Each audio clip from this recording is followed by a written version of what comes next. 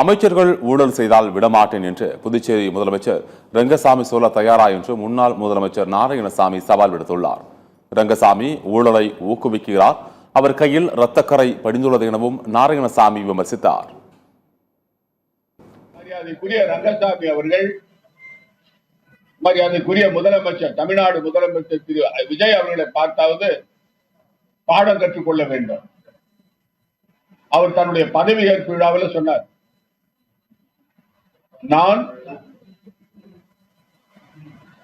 நானோ என்னுடைய அமைச்சர்களோ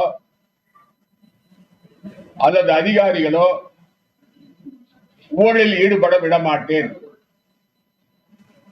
ஊழல் செய்பவர்களை தூக்கி எறிவேன் என்று சொன்னார். அதே போல தன்னுடைய அமைச்சரவை கூட்டத்தில் மிக தெளிவாக தங்களுடைய அமைச்சர்கள் யாராக இருந்தாலும் ஊழலில் சம்பந்தப்பட்டால் அவர்கள் பதவி பறிக்கப்படும் என்று வெளிப்படையாக கூறியிருக்கிறார். இதே போல முதலமைச்சர், மரியாதைக்குரிய முதலமைச்சர் ரங்கசாமி சொல்வதற்கு தயாரா?